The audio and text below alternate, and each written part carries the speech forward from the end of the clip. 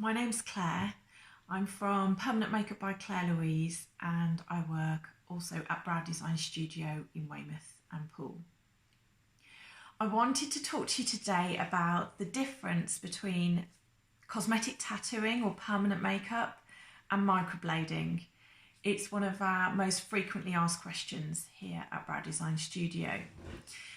There is a number of different terminology used to describe what we do and what we create, which can make it incredibly confusing for you consumers out there thinking, well, what is best for me?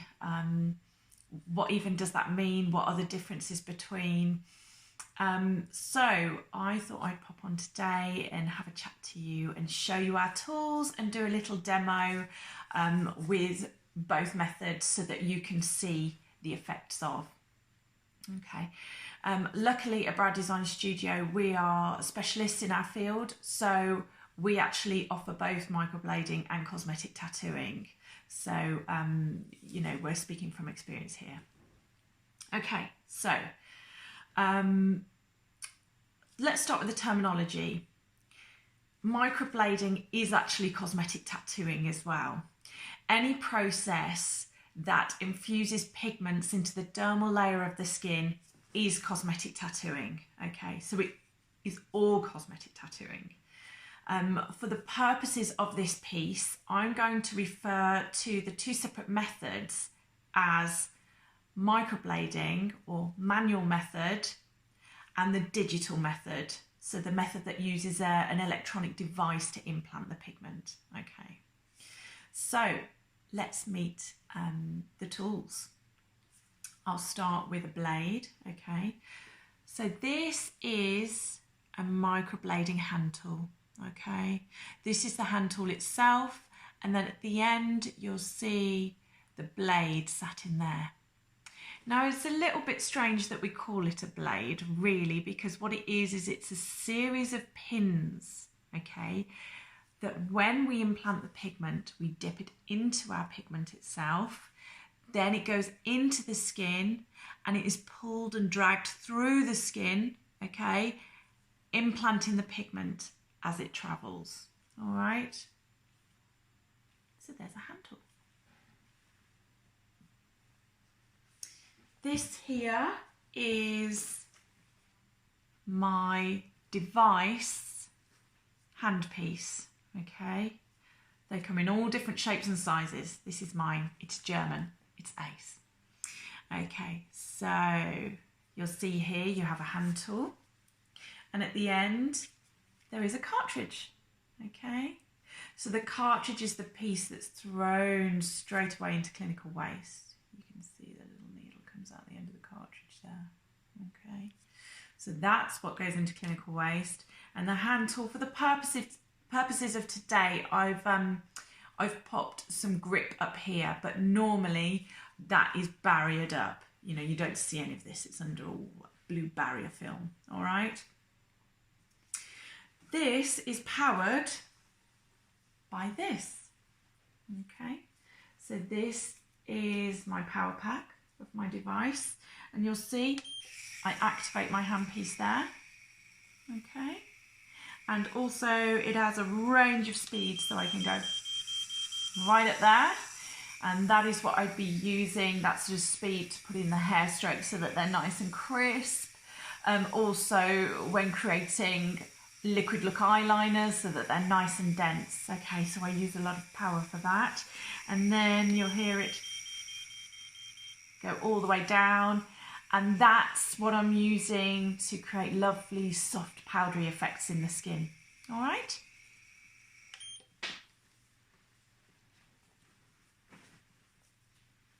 okay, so what I'm going to do now is do a little bit of a demo on some fake skin that I've got. I'm using real skin, REEL skin. Okay, it is as near as you can get to human skin. Okay, not quite the same, but as close as you can possibly get. And I bought this from Killer Ink, if there are any artists out there wondering where I got that from. So I'm going to do a little demo now and you can see the different effects in the skin. Okay, so So first of all, I'm going to start with the digital method, and I'm going to draw a hair stroke into this skin.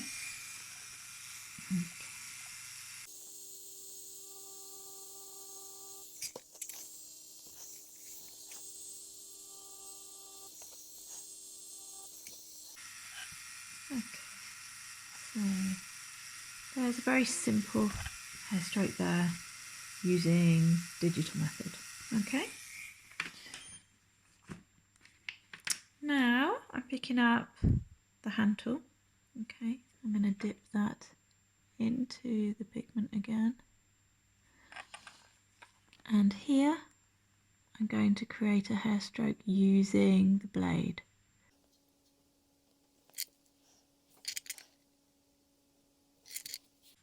Okay. So we have two very similar effects, really.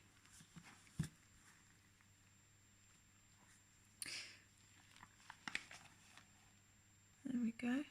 So now what I'm going to do is I'm just going to show you the difference in the fabric of the skin. So here's my digital hair stroke, and you can see there I can't really pull the skin apart. Yeah, the pigment's in there, the hair stroke's in there, but the fabric of the skin remains mainly intact with a little weakness there.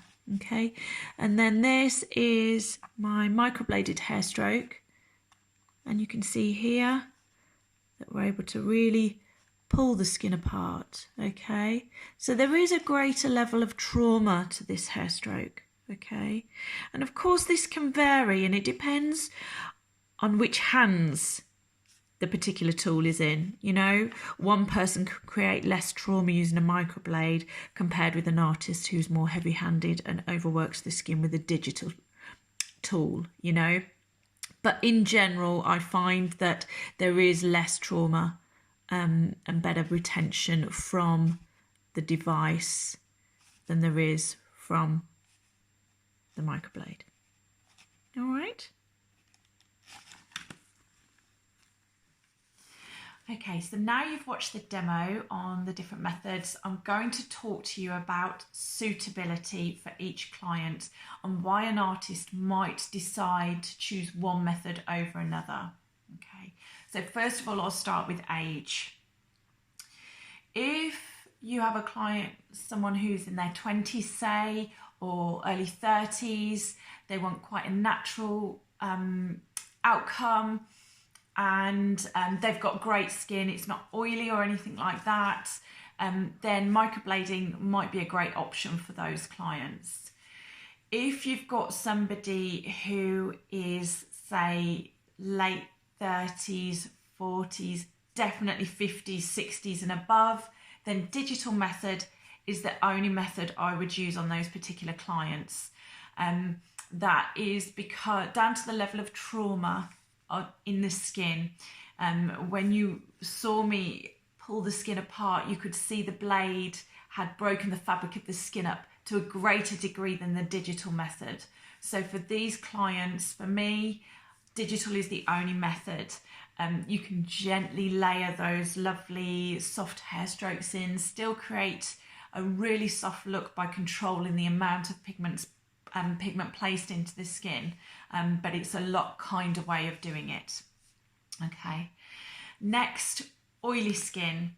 I would never microblade oily skin. We've all been there and done it before. It just doesn't last. Those strokes you create are going to blur anyway. And plus, with the limited ability to be able to implant, i.e. you can only pop 1 or 2 layers into that stroke, otherwise you're damaging the skin and risking scarring.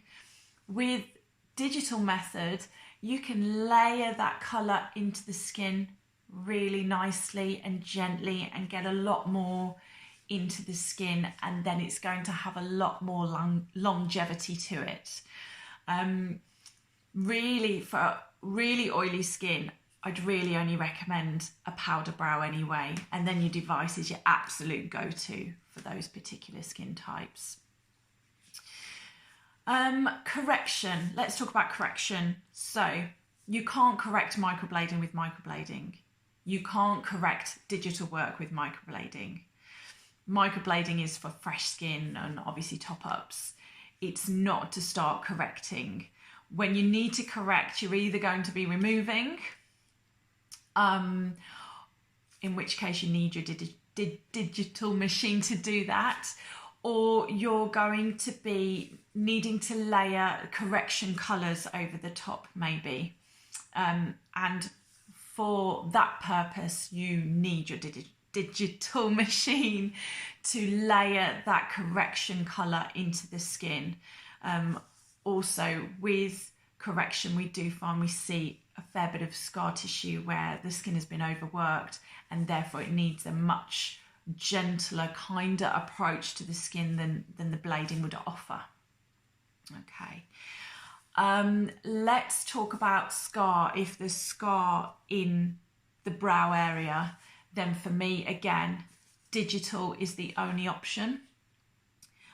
This is because scar tissue can be tough and gnarly and also uneven, okay?